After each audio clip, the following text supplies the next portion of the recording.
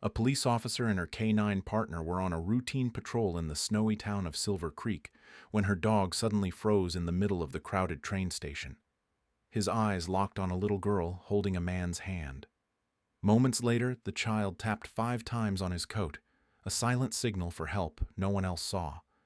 That tiny gesture would uncover a chilling secret buried beneath years of snow and silence, and prove that sometimes the truest heroes walk on 4 paws. What happened next will break your heart and make you believe in miracles again.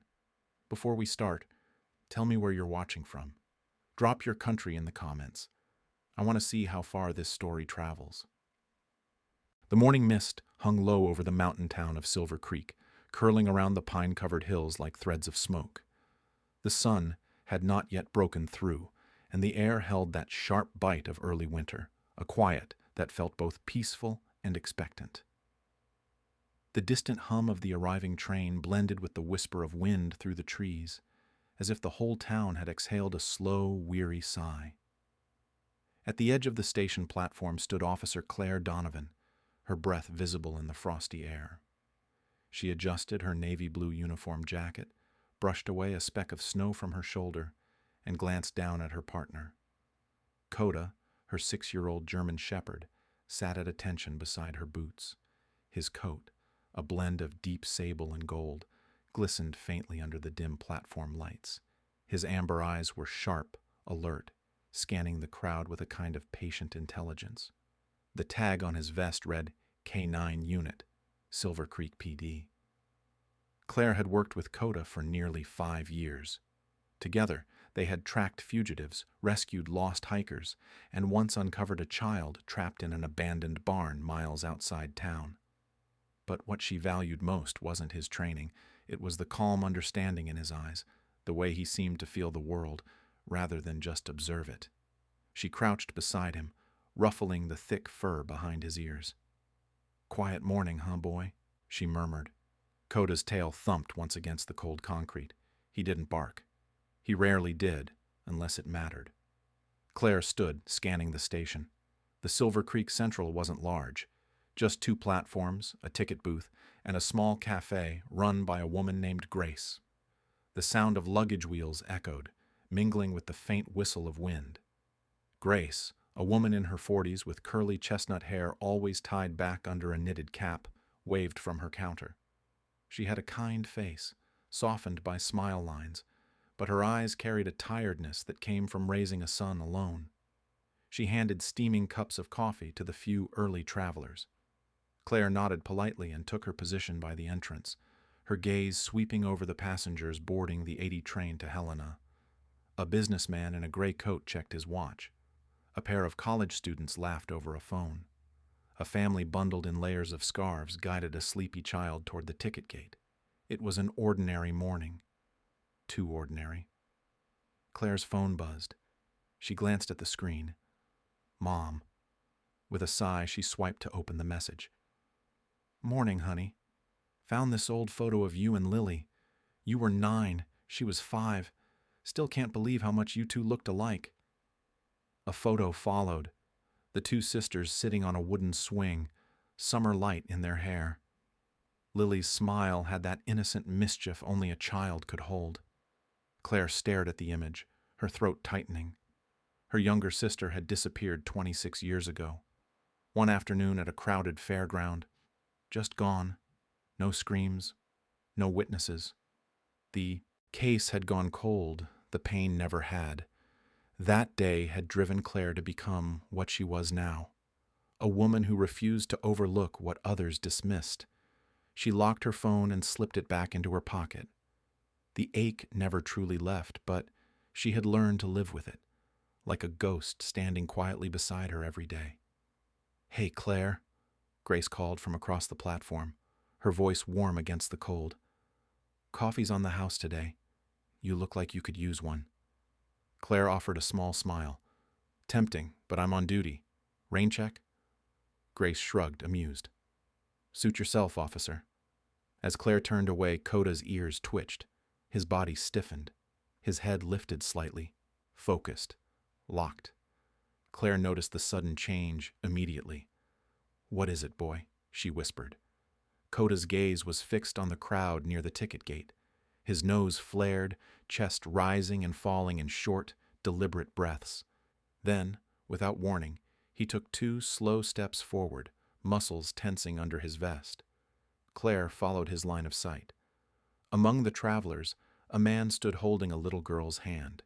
He was tall, maybe late 30s, with a black wool coat and a face that seemed both ordinary and guarded.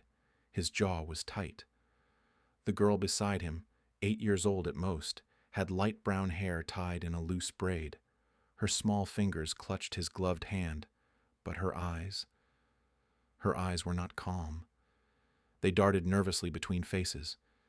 There was fear there, subtle, hidden under forced composure. Coda's ears pressed back.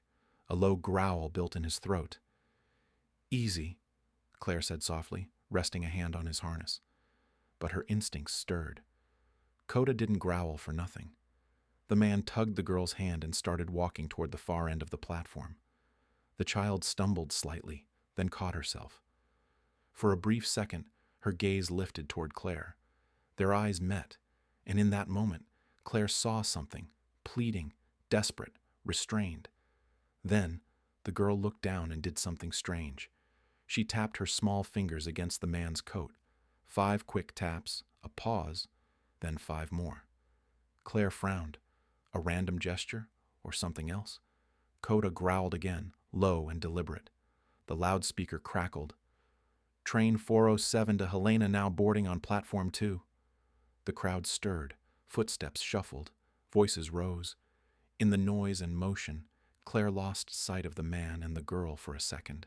When she caught them again, they were already moving toward the rear car of the train. "Coda," she muttered. The dog's body leaned forward, muscles coiled like springs. For a brief moment, Claire hesitated. Was she letting old ghosts cloud her judgment? Was this just her projecting the loss of her sister onto another child? But Coda's posture didn't lie. The dog stood frozen, ears forward, tail straight. Every fiber of him screamed attention. Claire exhaled slowly. "All right, let's check it out." She began weaving through the passengers, Coda beside her, their steps synchronized like one mind in 2 bodies. The rhythmic click of her boots echoed through the platform. At the far end, she caught sight of Grace again, who noticed her tense expression. Grace tilted her head curiously, mouthing, "Everything okay?" Claire gave a subtle shake of her head. Grace's eyes followed her gaze toward the departing pair. Her smile faded slightly. The whistle blew. Steam hissed from the undercarriage as the train prepared to depart. The air grew thicker, the sound of engines thrumming beneath their feet. Coda barked once, sharp and loud, heads turned. The man at the rear car stiffened, glancing back over his shoulder, his eyes meeting Claire's across the swirling mist. For a split second she saw it. Something dark flickered there. Not surprise, recognition. The doors began to close.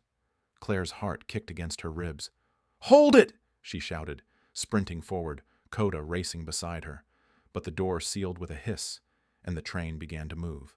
The platform blurred as the cars rolled past. Claire slowed, breath fogging in the cold air. Coda stood by her side, tail rigid, eyes still locked on the disappearing train.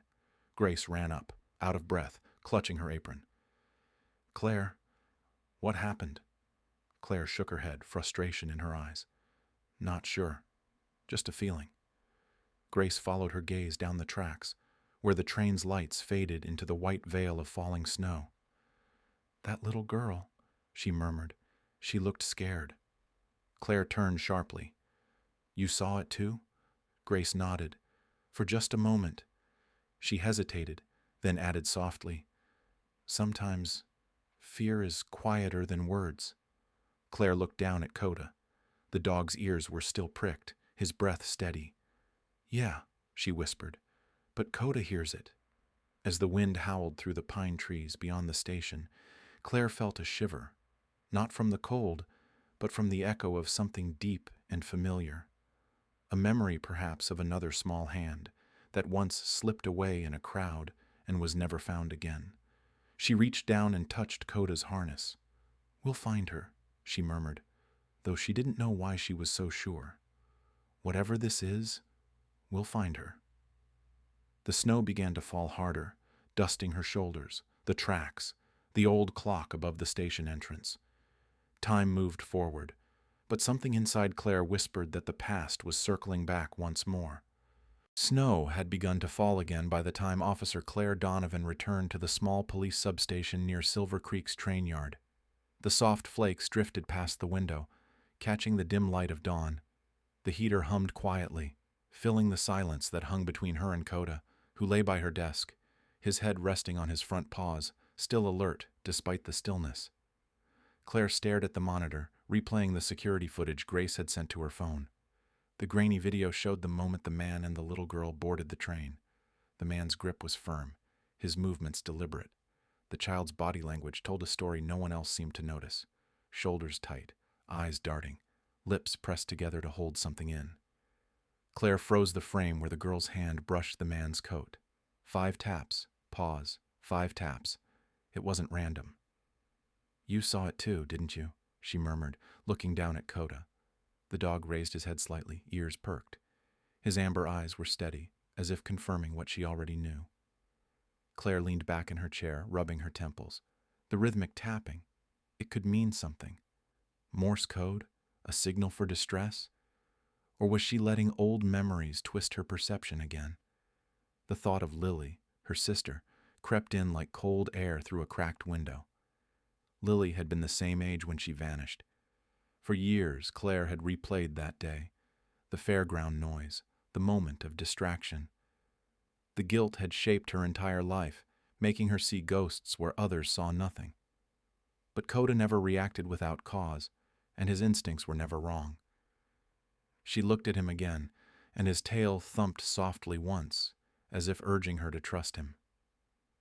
A knock on the door broke the silence. Grace stepped in, her cheeks flushed red from the cold, snow clinging to her wool coat. She carried a paper cup of coffee and a nervous expression.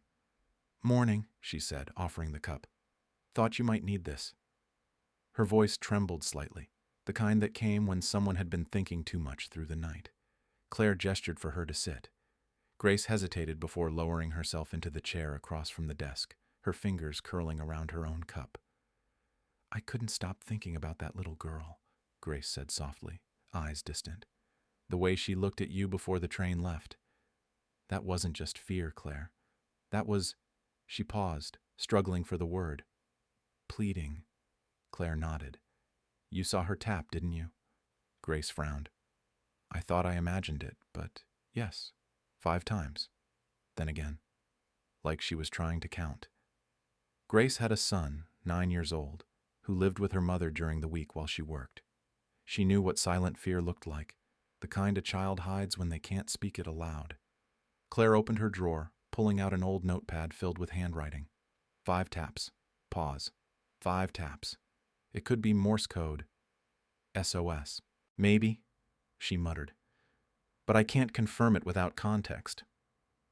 Grace took a sip of her coffee, thinking. "I've got a friend who works nights at the station office. He might help you pull the platform cameras from different angles. The official system overwrites data every 48 hours. Claire gave a small nod of gratitude. Grace was braver than she let on. Kind, but not naive. Life as a single mother in a small town had given her a quiet resilience. "Send me what you can," Claire said. "I'll take care of the rest." As Grace left, Claire turned to Coda. "We're not done with this, are we?" she said. He stood, stretched, and gave a low, approving whine. She smiled faintly. "Thought so." By late morning, the snow had thickened, coating the streets in white silence. Claire drove back to the train station, the radio crackling with static. Deputy Ryan Hale's voice cut through the noise. "You back on site already?" he asked, half amused, half concerned. Ryan was her closest colleague and one of the few people she let inside her guarded world. His voice carried that soft Montana drawl that could calm a storm. "You can't chase every ghost, Claire," he said gently. "You haven't slept." She ignored the jab. "The kid's name was Emily, I think," she said, eyes fixed on the tracks ahead.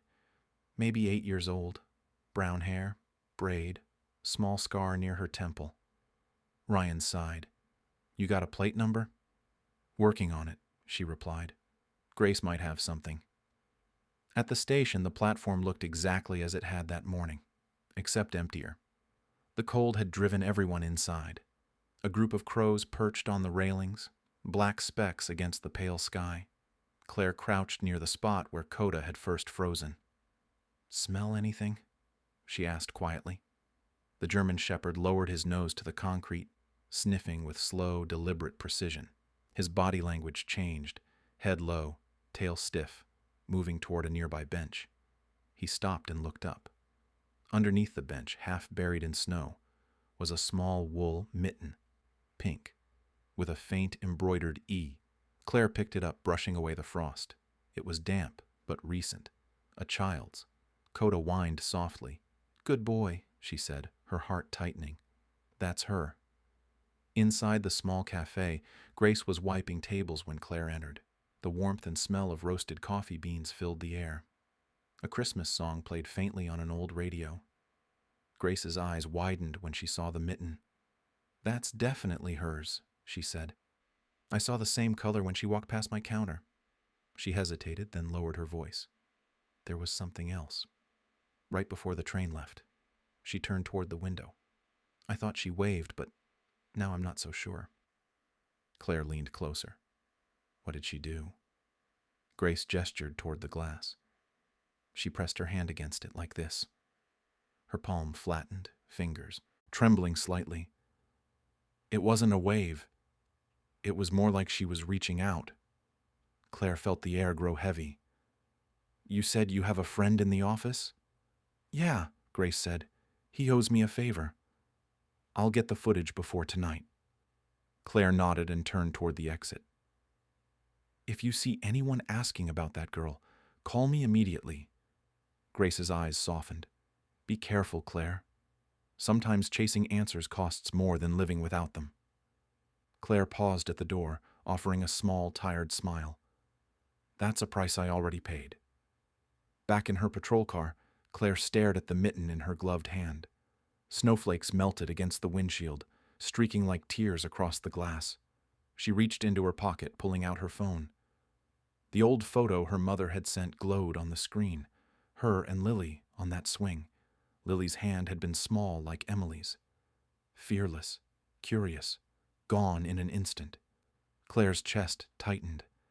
She wasn't going to fail another child. Coda shifted in the passenger seat, his gaze on her. You think I'm crazy, don't you? She said softly. The dog tilted his head. She chuckled faintly. Yeah, me too. She placed the mitten on the dashboard, like an unspoken promise. We'll find her. Hours later, as twilight began to fall, the phone buzzed. It was Grace. Her voice came through shaky but urgent. Claire, I've got the footage. You need to see this. Within minutes, Claire and Coda were back at the cafe. The lights dimmed, Grace's laptop glowing on the counter. The grainy footage showed the same man and the girl moving through the crowd from a different angle. Grace paused the frame. Look here, she said, pointing. As the girl passed the ticket window, she glanced directly at the camera. Her lips moved just once, barely perceptible, but clear enough to read. Help. Claire's pulse spiked. Can you zoom? Grace did. The man's hand tightened around the girl's wrist as she looked away. Claire clenched her jaw.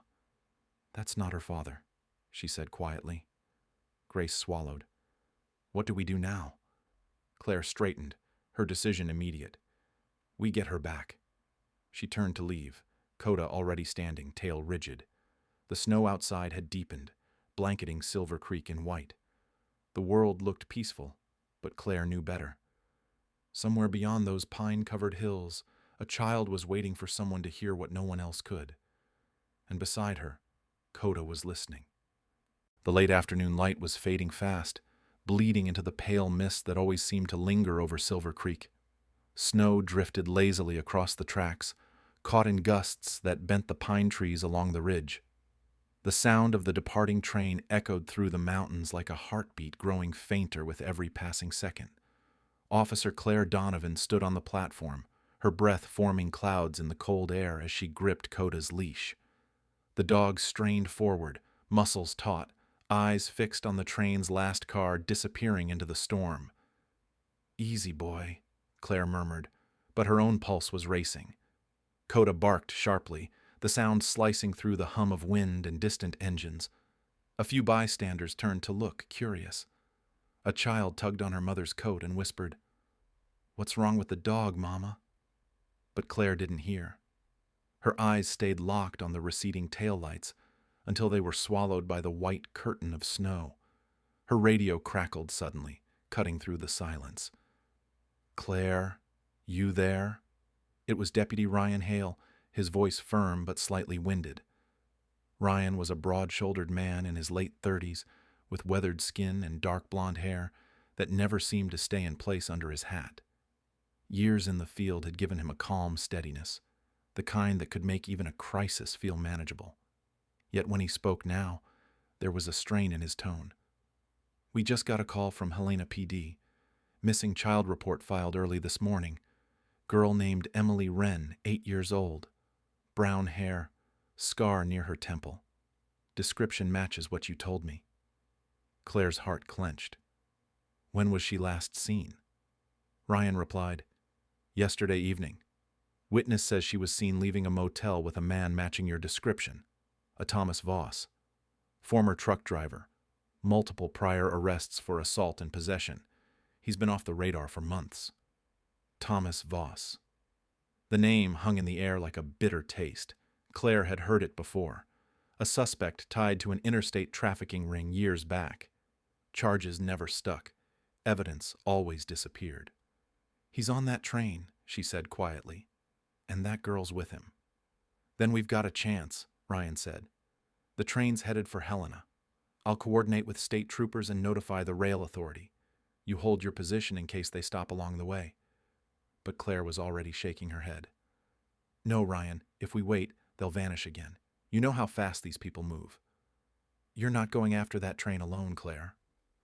She looked down at Coda, who was standing still now, watching her with alert amber eyes. The faint growl rumbling in his chest sounded like agreement. "I'm not alone," she said, then clicked the radio off before Ryan could argue further. The next 20 minutes were a blur of motion. Claire hurried across the parking lot to her SUV, snow crunching under her boots. The roads out of Silver Creek curved along the mountain, narrow and slick. The train would run parallel for at least 30 miles before diverging east toward Helena. If she was lucky, she could reach the next small stop, Summit Junction, before the train did. She tightened her grip on the steering wheel as she drove, the wipers squeaking rhythmically against the windshield. Coda sat upright in the passenger seat, gaze fixed ahead, his reflection flashing in the dashboard lights. "We'll catch up, boy," she said softly, "just like old times." The snow thickened, and for a moment, the world outside seemed to dissolve into a haze of white and steel. Claire's mind wandered to the file on Thomas Voss she'd read years ago. Born in Idaho, raised in foster care, a record full of violence and missing persons tied to every place he'd lived. He was a man who knew how to disappear. She gritted her teeth. Not this time. At the same moment, back in town, Grace stood by the cafe window watching the snowfall.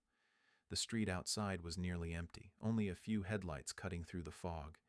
She glanced at the photo of her son taped near the register, a boy with sandy hair and a crooked grin. Her chest tightened. She picked up her phone and dialed Ryan's number. When he answered, she spoke quickly. "It's Grace. Claire's going after that train, isn't she?" There was a pause. "She didn't say, but I've got a feeling," Ryan replied. "Then you'd better catch up," Grace said, "because that look in her eyes this morning, it wasn't a cop's duty. It was something deeper. She's chasing ghosts."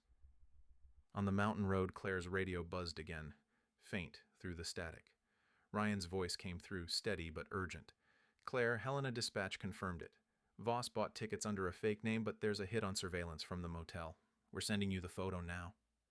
A notification blinked on her screen. The man in the image was the same one she'd seen at the station. Same black coat, same flat expression. Only this time his arm was around Emily's shoulders, forcing a smile that didn't reach his eyes. Claire's jaw tightened. "Copy that," she said. I'm 5 miles from Summit Junction. Have them delay the train if possible. Already trying, Ryan replied. And Claire, be careful. You're walking into something big. The SUV's headlights finally cut through the snow and revealed the outline of a small railway post ahead. Summit Junction was barely a stop. A signal tower, a maintenance shack, and a single waiting bench half buried in snow. Claire parked beside the fence and stepped out, pulling her hood tight against the wind. The cold bit into her face instantly. Coda jumped down beside her, sniffing the air. The faint sound of the approaching train rumbled in the distance. Claire knelt beside him, her hand resting on his harness. "You ready?" she whispered. Coda's ears flicked forward, body poised. A faint light appeared through the swirling snow, the front beam of the locomotive cutting across the valley. Claire's pulse quickened. She positioned herself near the maintenance platform, where the train would slow for a signal check. Every instinct told her this was the right call.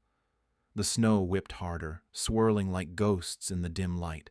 The train thundered closer, wheels grinding on steel. Coda barked once, sharp and low. The train began to slow, brakes screeching faintly as it approached the curve. Claire stepped out, raising her flashlight in signal. The conductor, a middle-aged man with a thick beard and red scarf, leaned out of the cabin, squinting. "Police!" she shouted over the roar. "Stop the train!" The man hesitated but pulled the emergency lever. The metal beast groaned to a halt, snow cascading off its sides. Claire climbed aboard the rear car, Coda leaping gracefully behind her. The dim light inside flickered. Passengers looked up, startled. Claire moved quietly down the aisle, scanning faces. A young couple blinked in confusion. An old man dozed near the window. No sign of the man or the girl. She turned toward the cargo section at the end of the train. That's when Coda stiffened. His tail went rigid, ears snapping upright. He gave a short, low growl. Claire followed his gaze. A faint shadow moved near the back door, disappearing behind a stack of crates. Her hand went to her weapon. "Silver Creek PD," she called out, her voice echoing down the narrow corridor. "Show yourself." The only answer was the rhythmic clatter of the wheels, settling under the weight. She took a slow step forward, Coda beside her. Then came a sound, soft, quick, like something hitting metal. Coda barked once, lunging ahead, nose pressed to the floor near a small hatch. Claire crouched, shining her flashlight down. A small wool thread caught on the latch, pink with faint embroidery, the same color as Emily's mitten. Her breath caught. "She was here," she whispered. But before she could open the hatch, the intercom above crackled and the conductor's nervous voice filled the car. "Officer, we've got a problem. Someone just jumped off the train near mile marker 12. Claire looked up sharply, the cold realization cutting through her. "He's not running alone," she murmured. "He's hiding her." She turned to Coda. "Let's move." Together, they leapt off the slowing train into the storm, the world around them swallowed by wind and snow.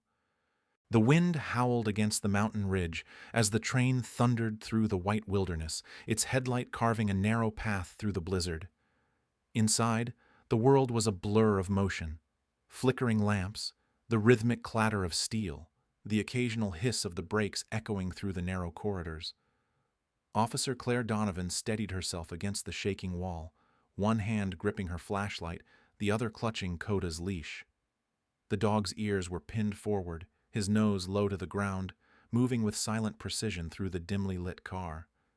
His breath fogged the air in small puffs, his muscles coiled like springs. Every few steps he paused to sniff, the faintest growl humming in his chest. Claire's heart pounded in rhythm with the train. She had checked 3 passenger cars already, frightened travelers, sleepy families, a businessman annoyed by the intrusion, but no sign of the man or the little girl. Coda led her onward, past the dining car and into the narrow vestibule connecting to the cargo section. The metallic scent of oil mixed with the chill of the mountain air that seeped through the gaps in the doors. Then Coda froze. His body stiffened, tail straight. nose pointing toward the heavy door leading to the last car. He gave a short, low bark. Claire drew her sidearm and flicked off her flashlight, pressing her ear against the door. Beneath the rumble of the train, she heard it. A faint sound, like something being dragged across the floor. Then, silence. She gave a hand signal. Coda crouched low, ready. She yanked the door open, weapon raised.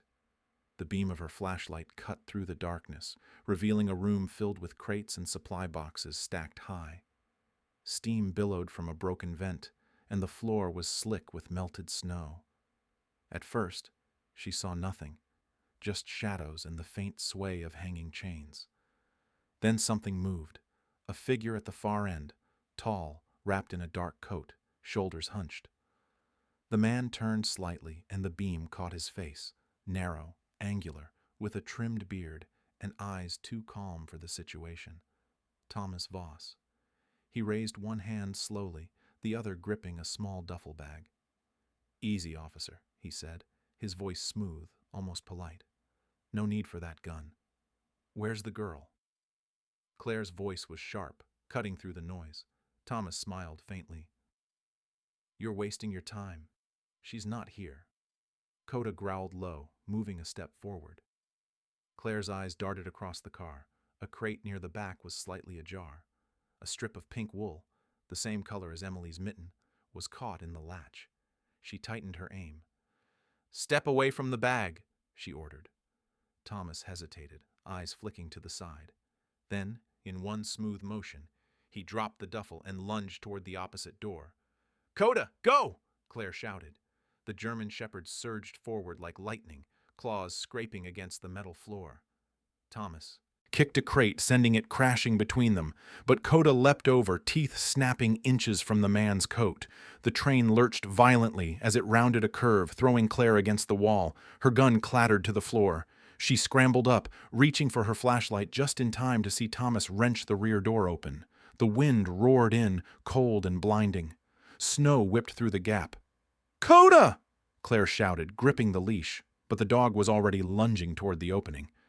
Thomas jumped, vanishing into the storm below. Without thinking, Claire grabbed the metal railing and looked out.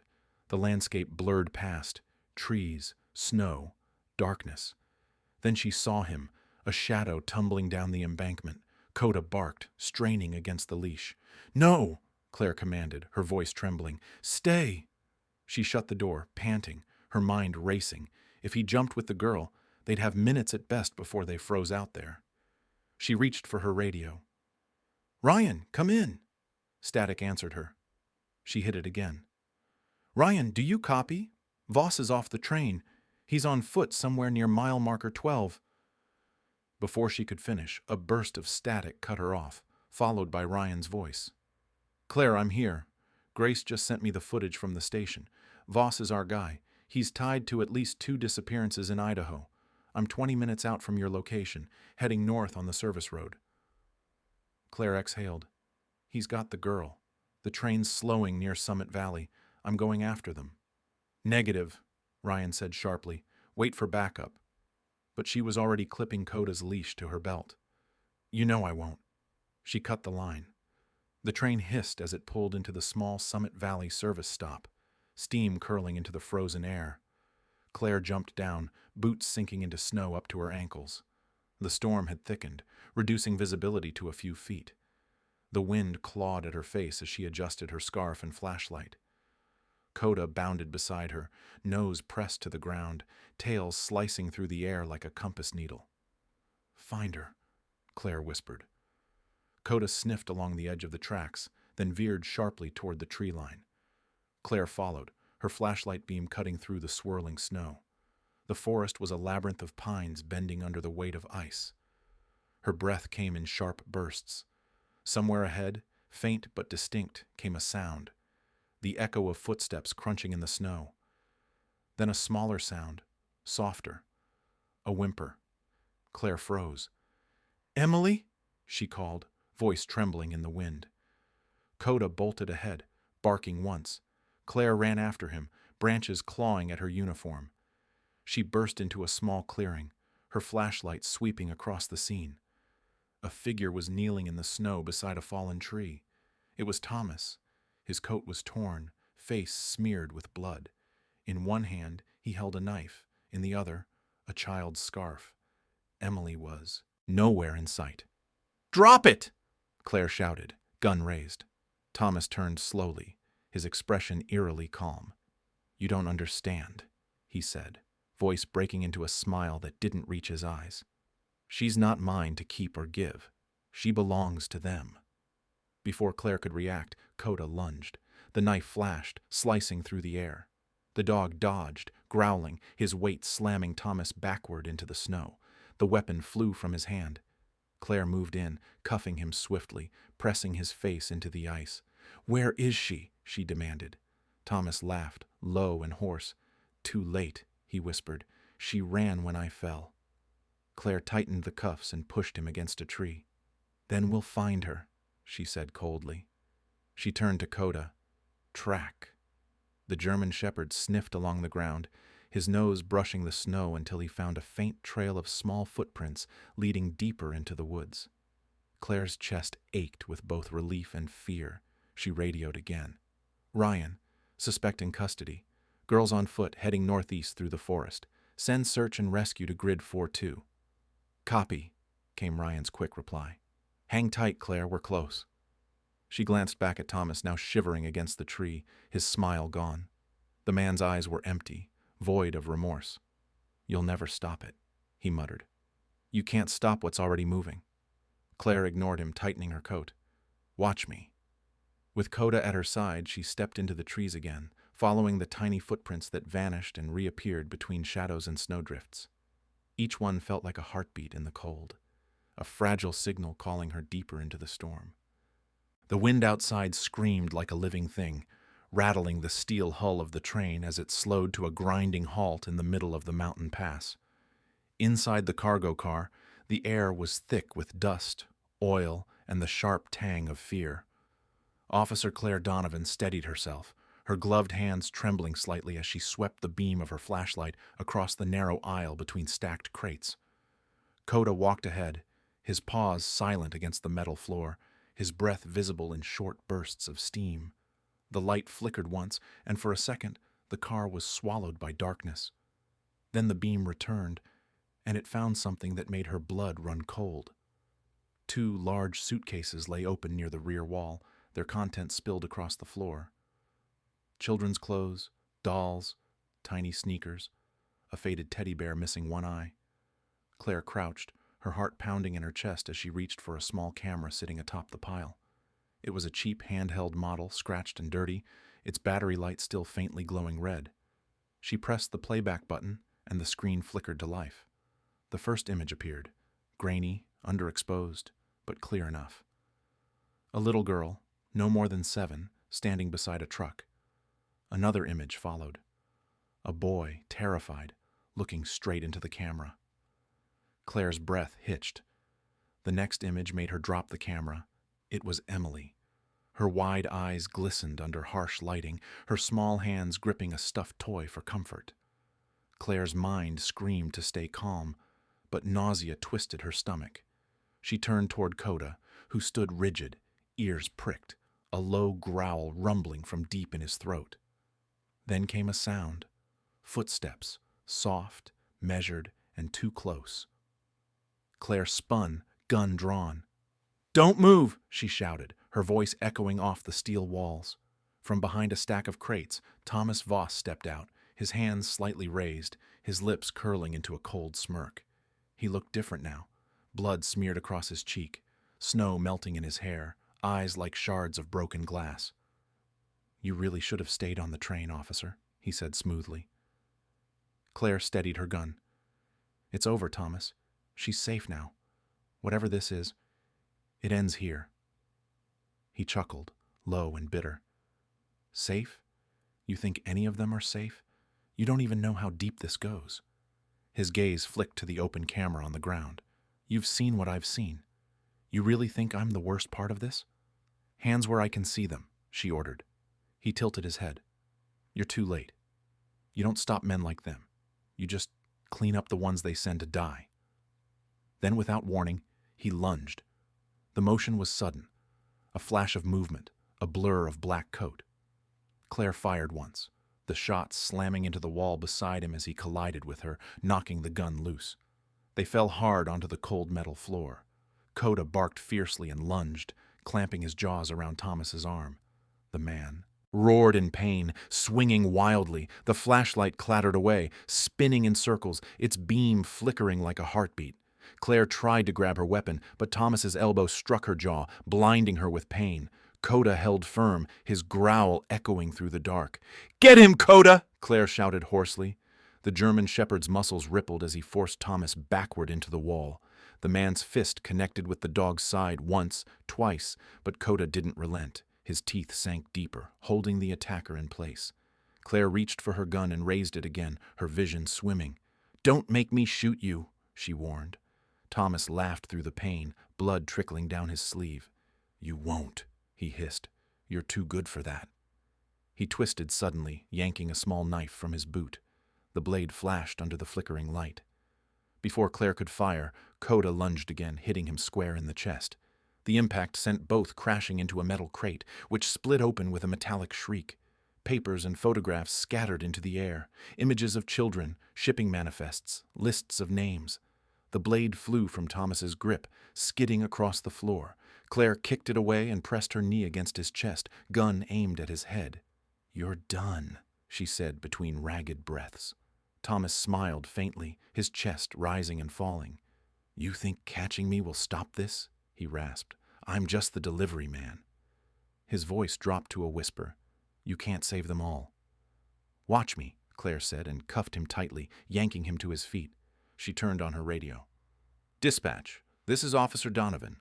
I've got the suspect in custody and evidence of multiple abductions. I need backup and medical assistance at the Summit Valley coordinates. Do you copy?" For a tense moment, there was only static. Then Ryan's voice broke through. "Claire, we've got your signal. The train's stopping now. We're moving to your position. Hold tight." Claire exhaled, relief washing over her. She looked at Coda, who was panting heavily, his fur matted with sweat and a streak of blood on his side. "Good boy," she murmured, her voice shaking. "You did perfect." Coda wagged his tail weakly, eyes bright even through exhaustion. She turned back to Thomas, who had gone quiet, his gaze fixed on the photographs scattered around them. "They'll find them now," she said firmly. "Every name, every face you tried to hide." He smiled again, but it wasn't defiance. It was something darker.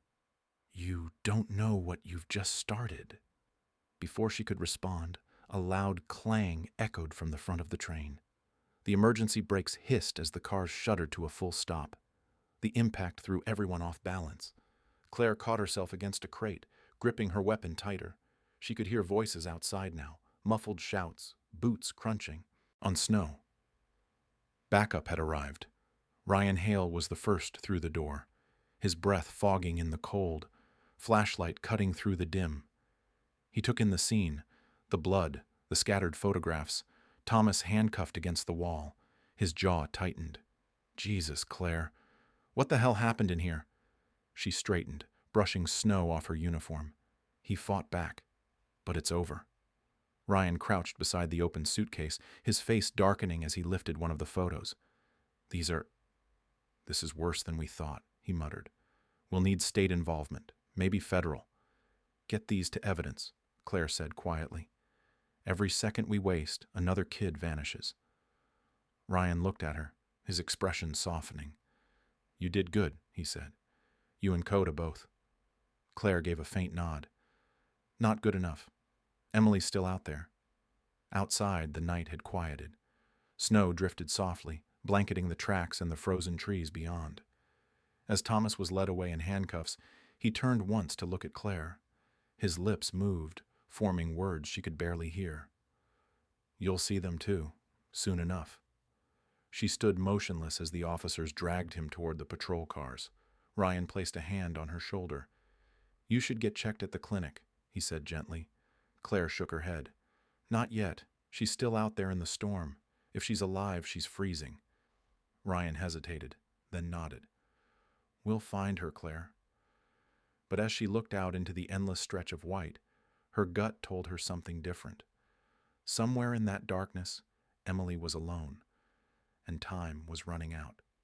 She crouched beside Coda, who leaned against her leg, his eyes following the tree line.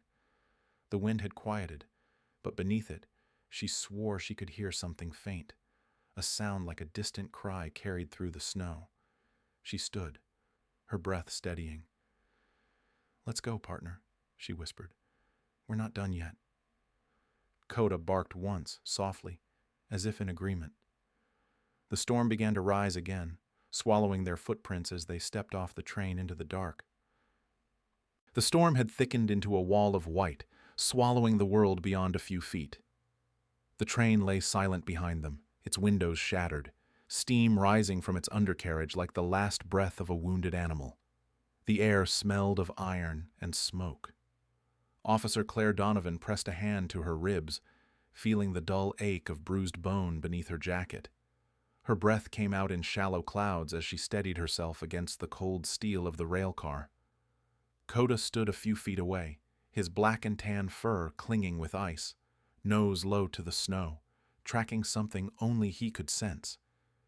"Easy, boy," Claire whispered, her voice barely carrying above the wind.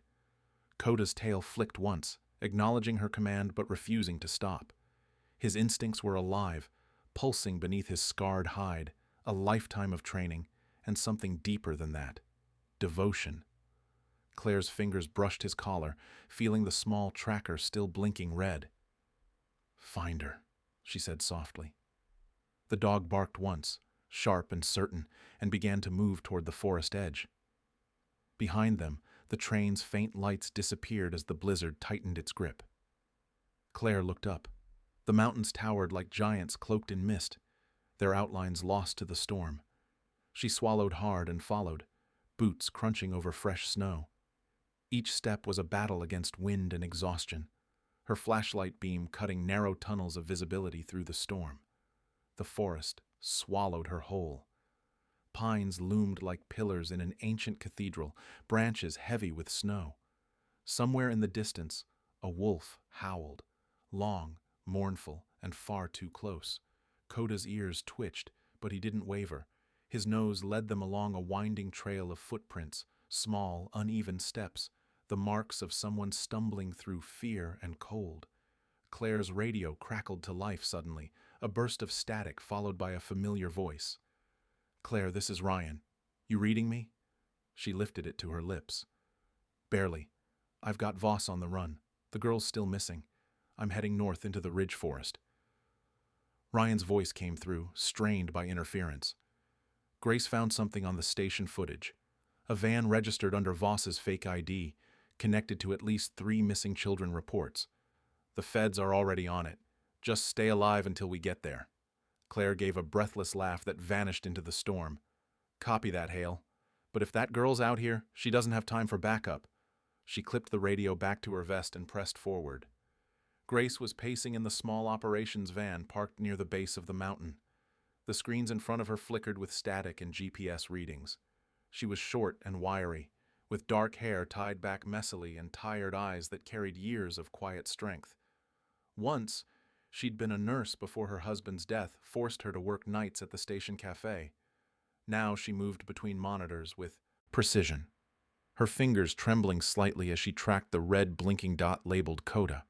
"She's moving northeast," she muttered. "Fast. She's not waiting for backup." Ryan stood beside her, his heavy coat dusted with snow, face lined with worry. He was a solid man, his presence like a mountain, dependable, quietly strong. He had known Claire for years, long enough to recognize the tone in her voice when she'd made up her mind. "That's just like her," he said softly. "She's chasing the ghosts again." Grace didn't look up. "Then we better catch her before she becomes one." Back in the woods, Claire stumbled over a fallen branch, catching herself with a hiss of pain. Her flashlight flickered once, then went out. Darkness closed in. Coda stopped ahead, turning back toward her, eyes glowing faintly in the dimness. She reached him just as he began to bark. Short, deliberate bursts, not warning, but alert. Claire dropped to one knee, brushing the snow aside. tiny footprints veered off the main trail, half buried by drifting flakes. They were too small for an adult. "Good boy," she whispered. "She came this way." The cold gnawed through her gloves, her fingers going numb. She could barely feel the trigger of her sidearm as she moved forward. The world was only wind and breath, the sound of Coda's steady pace guiding her deeper into the storm. Then, a faint sound. Not the wind, not an animal. A voice, high, soft, trembling. "Help!" Claire's heart lurched. "Emily!" she shouted. "It's Claire! I'm with the police! You're safe now!" No answer, but Coda barked again, veering left toward a cluster of trees. Claire followed, snow nearly to her knees now. The beam of her flashlight finally flickered back on, and there, under a fallen pine heavy with snow, was a small figure curled into a ball. The girl was barely conscious, her brown hair matted with ice, her lips pale and trembling. Claire dropped beside her, pulling off her own coat and wrapping it around the child. "Emily, it's okay. I've got you," she murmured. The girl's eyelids fluttered weakly. Her voice came out like a sigh. "He said he'd come back." "Not anymore," Claire said firmly. "You're safe." Coda sat close, pressing his body against the girl's for warmth, his breath steady and calm. Emily's small hand reached out, fingers tangling into the dog's thick fur. "He found me," she whispered faintly. Claire smiled, relief washing through her. "Yeah," she said softly. "He always does." The radio crackled again, this time clearer. "Claire, it's Ryan. We've got your signal. Grace patched through your coordinates. We're 20 minutes out. Do you copy?" She exhaled. "Copy that. I've got Emily. Hypothermic, but alive. Hold your position. We're on the ridge road now. Don't move." Claire glanced toward the tree line. Something in the distance caught her eye. Movement. A dark shape swaying between the trees. Her hand went to her weapon, heart hammering. Coda stiffened beside her, growl rising in his chest. But when the figure stepped into the light, it wasn't Thomas Voss. It was Ryan. Snow clung to his hat and beard, his breath heavy from the climb. He reached them quickly, dropping to one knee beside Claire. "You're a damn miracle worker," he said, voice hoarse with relief. Claire smiled weakly. "Told you I wouldn't wait." Grace appeared moments later, smaller and lighter on her feet, bundled in a thick red parka. Her cheeks were flushed from the cold. She knelt beside Emily, checking her pulse with steady, practiced hands. "She's freezing, but her vitals are there.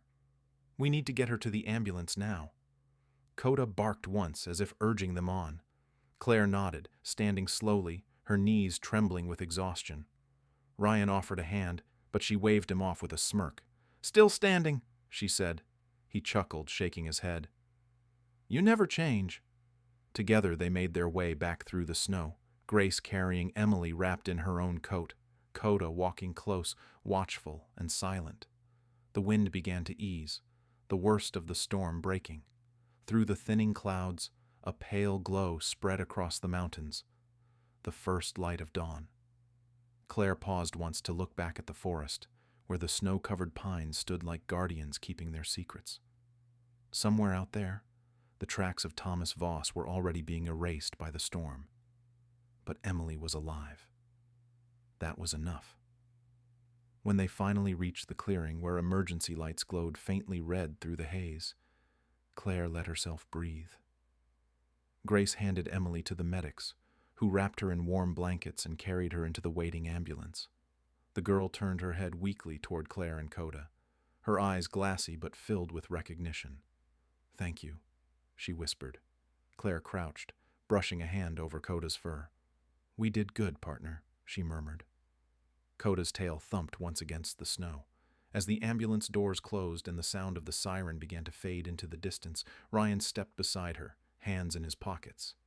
"You saved a life tonight," he said quietly. Claire watched the faint line of sunrise spreading over the ridge, its light golden and soft against the white expanse. "No," she replied. "He did." She nodded toward Coda, who sat tall and proud against the snow, his amber eyes catching the dawn. And for a long moment, None of them spoke. The world was silent, the storm finally still, and for the first time in years, Claire felt the weight of her past lift, replaced by something small, fragile, and bright. Hope. Snow fell softly outside the Silver Creek Sheriff's Department, blanketing the streetlights in a muted glow. The storm had finally passed, leaving behind a stillness so deep it felt sacred. Inside, the fluorescent lights hummed quietly, casting a pale sheen over the interrogation room's gray walls. The air smelled of metal and antiseptic, mixed with the faint odor of wet fur. Officer Claire Donovan sat across from Thomas Voss, her uniform jacket draped over the chair beside her. A white bandage wrapped around her left wrist, and there was a faint bruise along her jawline, reminders of the night before. Coda lay at her feet, one side of his body shaved and stitched from his knife wound. He breathed steadily, his head resting between his paws, amber eyes open and alert despite the exhaustion. Across the table, Thomas looked smaller than she remembered. The harsh light revealed every detail. The cuts on his cheek, the swelling around his eye, the faint tremor in his hands. He wore an orange jumpsuit now, but his demeanor hadn't changed. He still held that unnerving calm, that hollow confidence that came from a man convinced he'd already lost everything. Ryan Hale stood near the doorway, arms crossed, his broad frame half cast in shadow. He looked tired but alert, his usual dry humor replaced with quiet focus.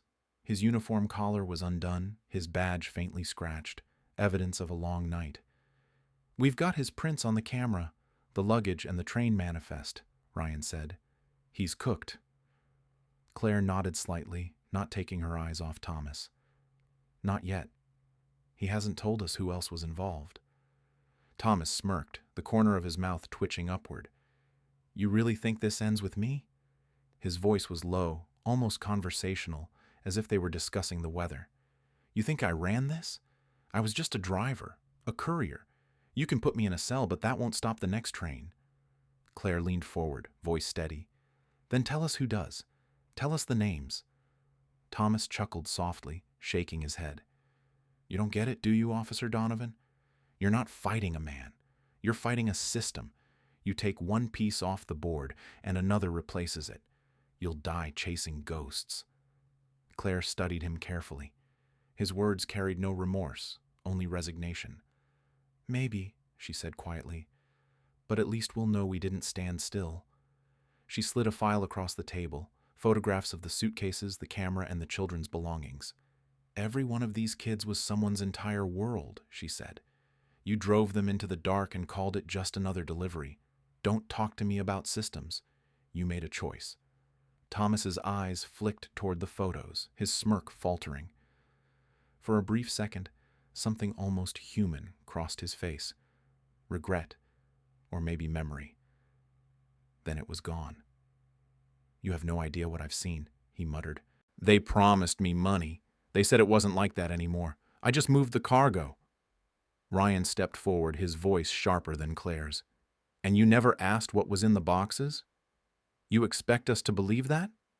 Thomas looked up, meeting Ryan's gaze with cold defiance. "I stopped asking questions a long time ago," he said simply. "That's how you survive." Claire took a slow breath. "You can still make one decent choice," she said. "Tell us where the others are. Help us find the rest." Thomas hesitated. The silence stretched until even the hum of the lights seemed to fade. Finally, he exhaled and whispered, "There's a warehouse, 2 towns over, near the state line. They use it to hold the kids before transport. Old freight yard. The name on the deed is fake, but the symbol on the crates, you'll know it when you see it." He leaned back in his chair, the faintest trace of defeat in his posture. "It won't matter. By the time you get there, they'll be gone." Claire exchanged a glance with Ryan. He nodded, already pulling out his phone to relay the information to the state task force. Thomas watched them, his smile returning. "You know what's funny?" he said softly. "That dog, he reminds me of one I used to have as a kid. Loyal. Too loyal. Never learned when to stop protecting people who didn't deserve it." Claire's eyes hardened. You don't get to talk about loyalty. She stood, collecting the files. You'll be transferred to county lockup in the morning. Maybe in the meantime, you'll think about the people you helped destroy. As she turned to leave, Thomas spoke again, his voice quieter this time. You'll never save them all, Officer Donovan. But maybe that dog will die trying. Claire froze for a heartbeat, jaw tightening, then opened the door. If you ever say his name again, I'll forget I'm supposed to care about rules. Then she walked out. Ryan followed her down the corridor. The harsh light gave way to the softer glow of dawn streaming through the frosted windows. You did good in there, he said gently. I don't feel like it, Claire replied. He's still just one link in a chain. Yeah, Ryan admitted, glancing at her. But you broke it. They stepped into the lobby. Grace was sitting on one of the benches, her red parka draped over her lap. Her eyes were tired, but she smiled when she saw them. They just called from the hospital, she said. Emily's stable. They said she woke up once. Asked about you. Claire's shoulders relaxed for the first time in hours. She's going to be okay? Grace nodded. A little frostbite, dehydration, but she's tough. The nurses said she keeps asking if the dog can visit. Claire glanced down at Coda, who wagged his tail faintly, eyes half closed, but still alert. She smiled. He wouldn't forgive me if I said no. Later that morning, the small-town hospital in Silver Creek was quiet, except for the hum of machines and the distant echo of shoes on tile. Emily lay in a warm bed, wrapped in blankets, her hair brushed back neatly. When Claire entered, the girl was asleep, her small hands clutching a stuffed dog that the nurses had given her. Coda padded softly to her bedside, his head tilting curiously. Emily stirred, her voice barely audible. I saw you in my dream, she murmured. Before you came, I saw you and the dog. You were walking through the snow. Claire felt her throat tighten. Maybe it wasn't a dream, she said softly. Maybe you just knew we were coming. The girl smiled faintly, her eyes fluttering closed again. He was glowing, she whispered, before drifting back into sleep. Claire stayed for a while, sitting quietly beside her. Coda lay at her feet, tail resting against her boot. The sun broke through the hospital window, casting a thin beam of light across the floor. Claire reached down, scratching behind Coda's ear. You hear that? She said gently. You're in dreams now. That's how heroes live forever. Later, as they walked back to the truck parked outside, Ryan met them at the entrance. You sure he's up for another shift? He asked, nodding toward Coda's bandaged side. Claire smiled faintly. He's resting, not retiring. Maybe he's earned it, Ryan said, his tone half serious. Claire looked out toward the horizon, where the sun rose slow and pale over the white hills. Coda still listens, she said. Even when the world goes quiet, he listens. Ryan's eyes softened. Then I guess we keep listening too. The three of them stood there for a moment, the cop, the dog, the deputy, framed by morning light. For once, Silver Creek felt peaceful, the sound of the wind no longer a warning, but a lullaby. The snow that once blanketed Silver Creek had begun to recede, melting into quiet rivulets that whispered through the roots of the pine trees. The town awoke under the soft gold of a winter sunrise, its streets gleaming with patches of slush and the faint promise of spring. Birds had returned to the edges of the forest, singing in hesitant notes, as if unsure whether it was truly safe to begin again. Officer Claire Donovan walked slowly up the narrow path leading to Silver Creek General Hospital. She wore a dark wool coat over her uniform, her badge tucked into her pocket instead of clipped to her chest. Her left wrist was still bandaged, but the bruise on her jaw had faded into a pale shadow. Beside her trotted Coda, his gait steady though his fur still bore the faint trace of stitches under his vest. The dog's breath puffed small clouds in the cool air, his tail swaying gently. Almost there, partner, Claire said softly. One last visit before we take that walk you've been begging for. Coda tilted his head as if understanding, his eyes warm with that knowing gaze unique to him, loyal, patient, infinitely human. Inside the hospital, the air smelled faintly of disinfectant and cinnamon, the latter courtesy of Grace, who had started bringing pastries for the night nurses after the incident. Grace sat in the lobby now, a bright red scarf around her neck, a bouquet of pine branches and white daisies resting in her lap. She stood when she saw Claire, smiling with that weary warmth that came from surviving too much in too short a time. "They're talking about naming the new security alert system after you two," Grace said with a small laugh. "The CODA protocol." Claire raised an eyebrow, half amused, half embarrassed. "Sounds too heroic for paperwork." Grace shrugged. "Heroic fits you better than you think." Claire smiled faintly. "You're the one who called in the tip that cracked the case. You're the real reason Emily's alive." Grace looked down, adjusting the bouquet. "Maybe," she said softly, "but you're the one who went into the storm."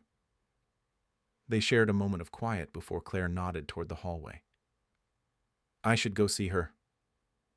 Emily's room was near the end of the pediatric ward, filled with morning light streaming through frosted windows. The little girl sat upright in bed, wrapped in a pale blue blanket, her brown hair now brushed and tied with a white ribbon. Her cheeks had regained color, and her eyes, still large and thoughtful, lit up when she saw Claire. "Officer Claire," she said, her voice small but full of excitement. Claire smiled, setting her bag on the chair beside the bed. "Hey there, soldier. You look much better today." Emily giggled at the word. "Not a soldier." "Sure you are," Claire said, pulling something from her coat pocket. "You survived the storm. You were brave when it mattered most. That's more courage than some grown-ups I know." In her hand lay a small, weathered metal badge, the old K9 insignia Coda had worn when he first joined the force. Its silver edges had dulled over time, but the engraving still caught the light. Service, loyalty, heart. "This used to be Coda's," Claire said softly. "He's retired from duty now. I think it belongs to you." Emily took it carefully, her fingers tracing the edges. Her eyes glistened. "It's heavy." "That's how you know it's real," Claire replied. Coda patted closer, his claws clicking softly against the floor. Emily reached out, wrapping her small arms around his neck. The German shepherd leaned into her, his tail wagging slowly, his eyes closing in gentle contentment. For a moment it felt as if the world outside, the storm, the noise, the cruelty, had vanished, leaving only this quiet circle of warmth.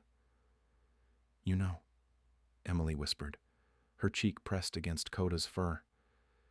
"I think he talks. In dreams." Claire smiled. "He does that. You just have to listen closely." The sound of footsteps drew her attention. Ryan Hale appeared at the doorway, a paper coffee cup in one hand, his badge glinting in the morning light.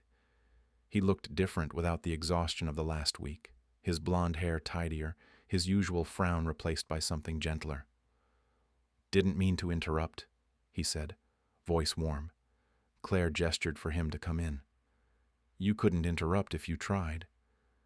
Ryan stepped closer, his eyes softening at the sight of Emily and Coda. "The station's been buzzing," he said. "Chief says we're getting commendations. Even Grace is on the list, though she keeps trying to decline it." "Typical Grace?" Claire said with a chuckle. Ryan's gaze shifted to her, lingering a moment longer than before. "You, doing okay? After all that?" Claire hesitated, her eyes drifting toward the window. Outside, sunlight broke through the trees, scattering gold across the snow.